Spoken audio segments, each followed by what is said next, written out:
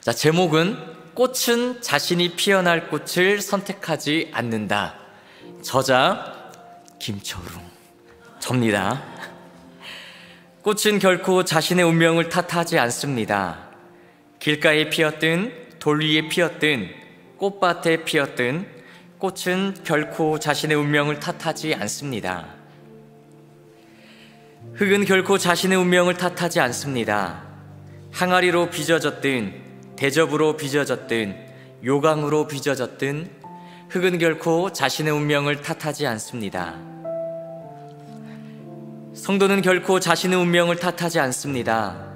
어떤 고난이 와도, 어떤 역경이 와도, 어떤 슬픔이 와도 성도는 결코 하나님을, 그리고 자기 자신을 탓하지 않습니다. 비바람을 이겨낸 꽃만이 아름다움의 영광을 얻을 수 있습니다. 1250도 그 뜨거움을 이겨내는 흙만이 영원히 빛날 수 있습니다. 남들과 비교할 수 없는 크나큰 고난과 역경과 아픔을 비로소 이겨낸 성도만이 영원히 빛날 수 있습니다. 꽃은 자신이 피어날 곳을 선택하지 않습니다. 끝입니다.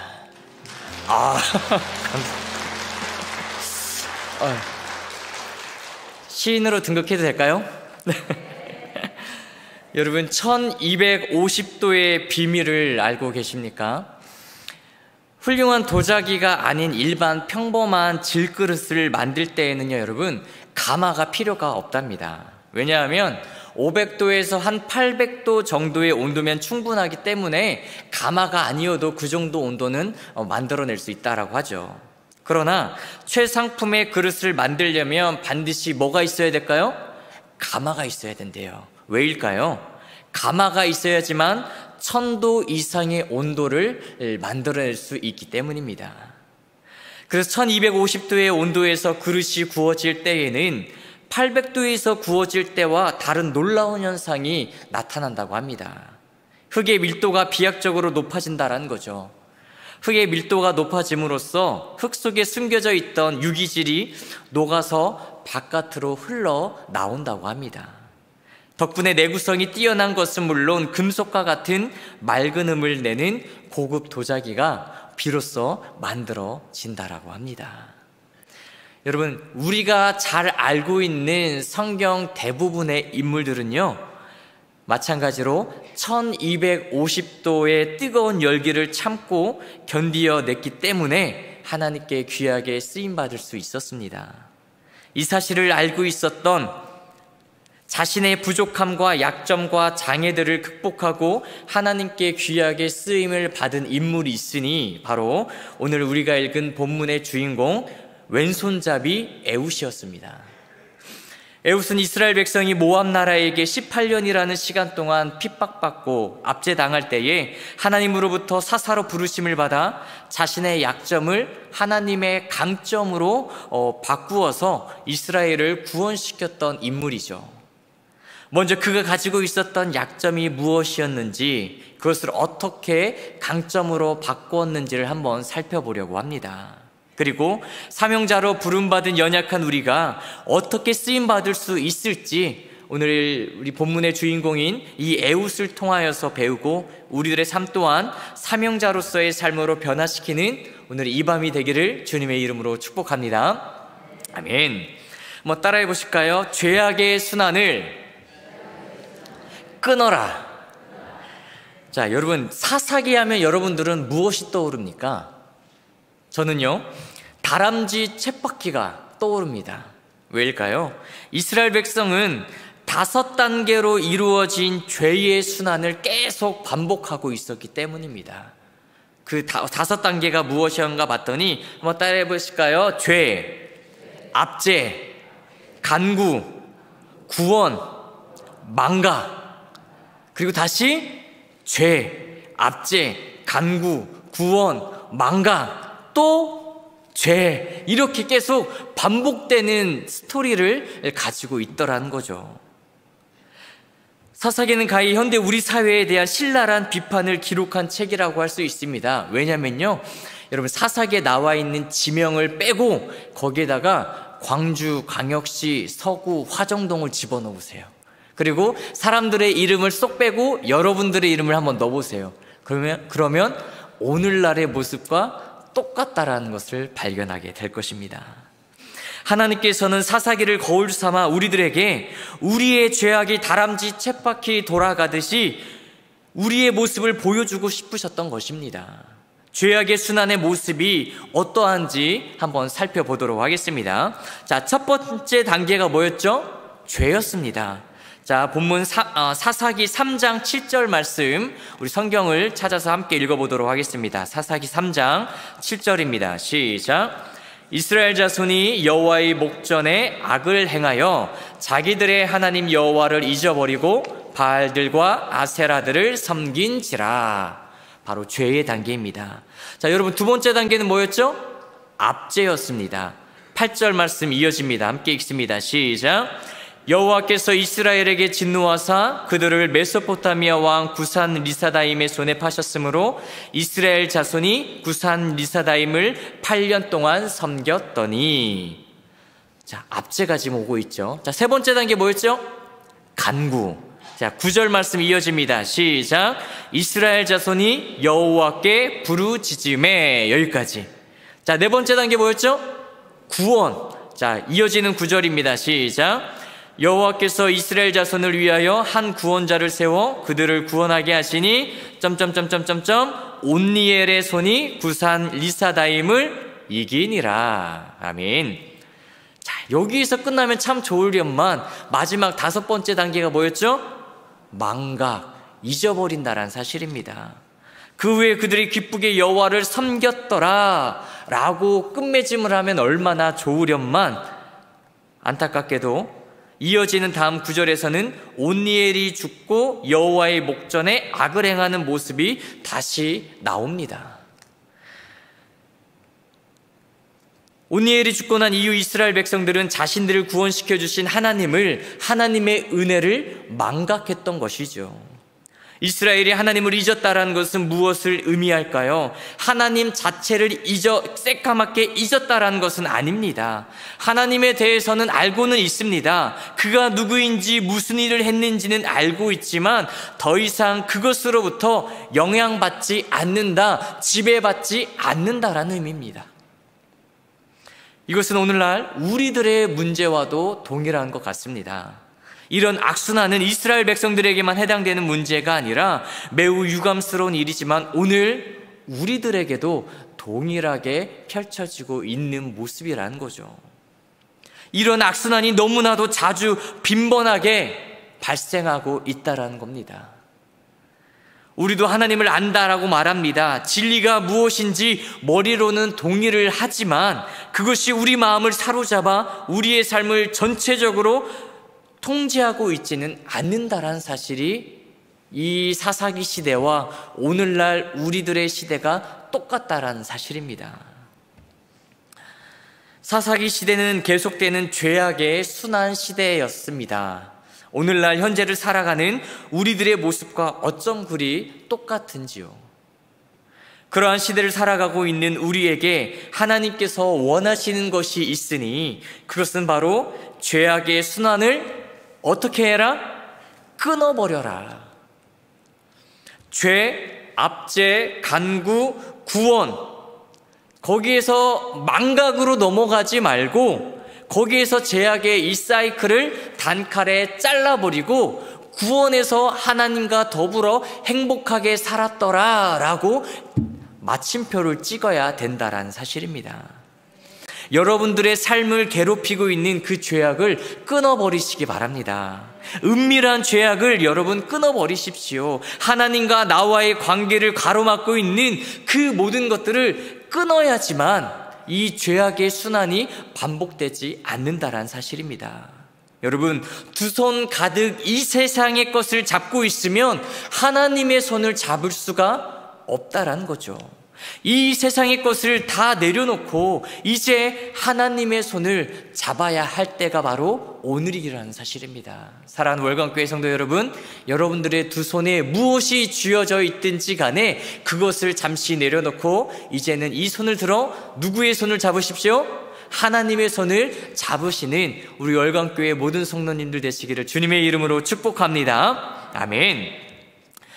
사명자로서 바로 서기 위한 두 번째 방법입니다. 한번 따라해 보실까요? 나의 약점을 하나님의 강점으로 바꿔라. 약점을 약점으로 여러분 인정하지 마십시오. 약점을 약점으로 내가 받아들이고 인정할 때 그때부터 그 약점은 진짜 나의 약점이 된다는 겁니다. 선천적으로 타고난 것이 됐든 후천적이든지 간에 누구나 다른 사람보다 부족한 점은 저마다 다 있다라는 사실이죠. 모자란 부분이 있습니다. 연약한 부분은 누구나가 다 가질 수 있다라는 거죠.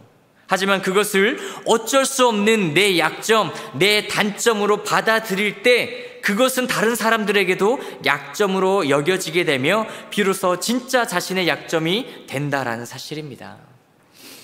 자신의 약점을 하나님의 강점으로 바꿔버린 인물이 바로 오늘 우리가 읽은 성경의 주인공인 왼손잡이 에훗입니다.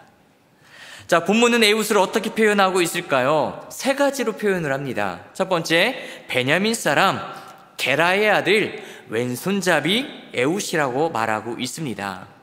자, 이것을 통해서 에훗이 어떤 사람인지 우리가 살펴볼 수 있습니다.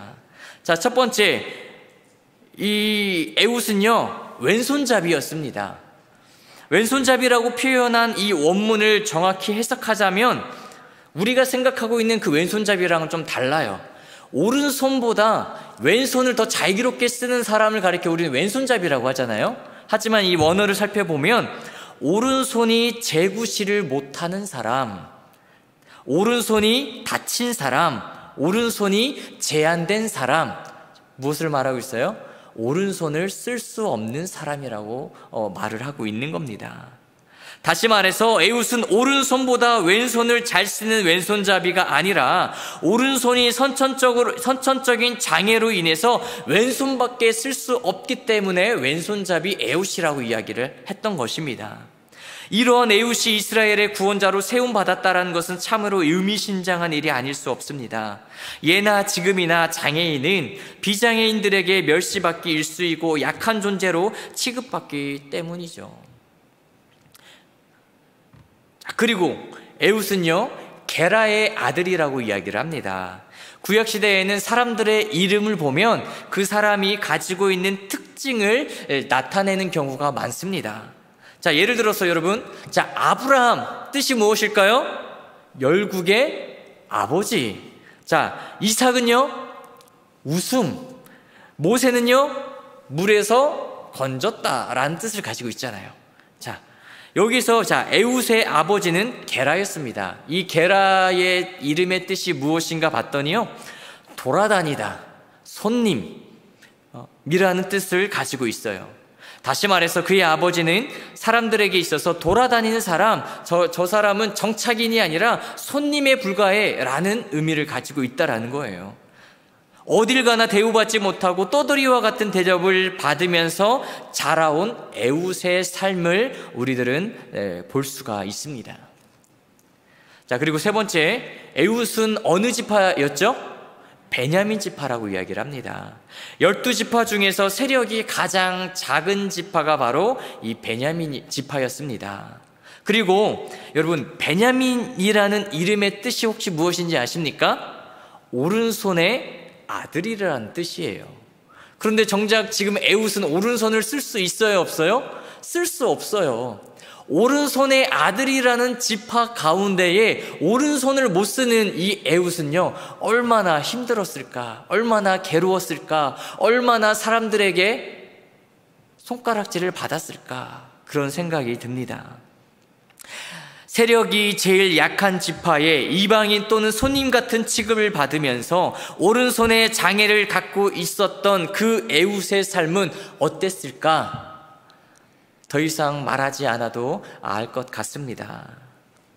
하나님이 사사로 세운 에훗은 이와 같은 여러 가지 기준에 비추어 볼 때 지도자로서 적합한 모습이 하나도 없었습니다. 첫 사사로 세움받았던 온니엘은요 이미 이스라엘 가운데서 그 용맹을 인정받았으며 훌륭한 가문 출신이었고 지도자로서의 자질 또한 겸비했던 사람입니다. 누가 봐도 온니엘은 맞아, 저 사람이 지도자야, 저 사람이 사사가 되어야 돼, 박수치면서 칭송했을 거예요. 하지만 두 번째 사사였던 이 에훗은 그 어느 누구도 주목하지도 바라보지도 인정하지도 않았던 대표적인 인물이었다는 거죠. 하지만 그러한 그를 누가 택했습니까? 하나님께서 택하셨다는 사실입니다. 사실 에훗은 하나님이 택하신 해방 임무에 누구보다 딱 맞는 적임자였다는 사실입니다. 에훗은 칼을 자신의 오른쪽 허벅지에 감춘 채 모압 왕 에글론에게 공물을 바치러 갔죠.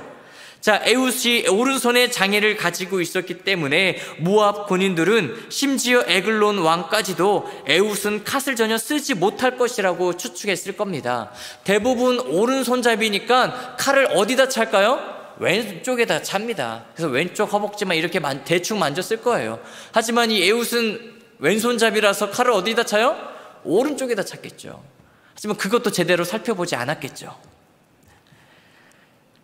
그런 이유로 에훗이 에글론과 단독 면담을 요청해서 에글론 왕 앞에 갈 수 있었고 긴장을 푼 에글론 왕을 단칼에 죽일 수 있었다는 사실입니다.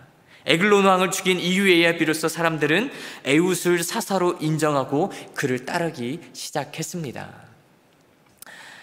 참으로 인간적으로만 보면 지극히 약한 에훗이 하나님께 붙들릴 때 가장 강한 존재가 될 수 있었습니다. 이처럼 인간에게는 약점으로 보일 수 있으나 하나님께는 강점이 될 수 있습니다.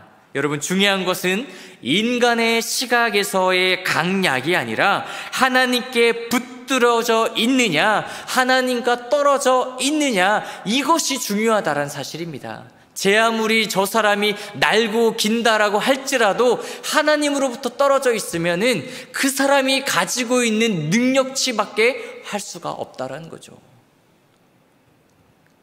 하지만 인간적으로 아무리 약해 보여도 그가 하나님께 붙들려 있으면 누구보다도 강한 존재가 된다라는 사실입니다. 여러분 따라해 보시겠습니까? 하나님이 쓰시면 강자가 될 수 있습니다. 하나님이 쓰시면 부자가 될 수 있습니다.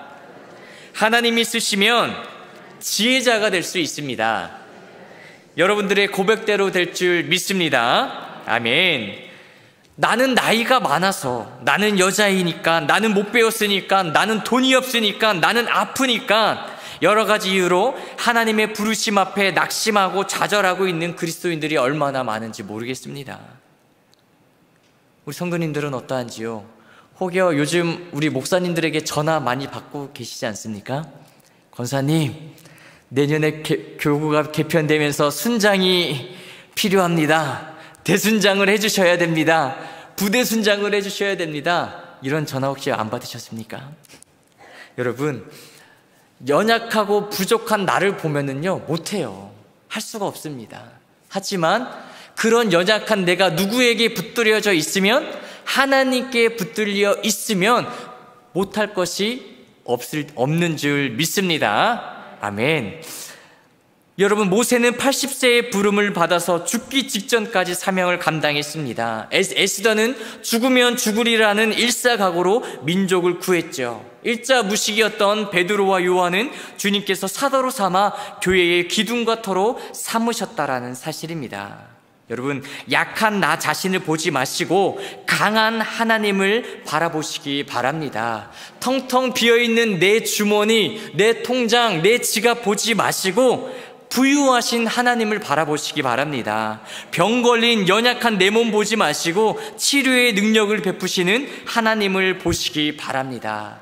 연약한 것들도 오히려 가장 강하게 사용하시는 하나님을 바라보면서 소망과 용기를 가지시는 우리 월광교회 모든 성도님들 되시기를 주님의 이름으로 축복합니다. 아멘. 자, 세 번째입니다. 함께 고백할까요? 사명을 구하라. 뭐를 구해요?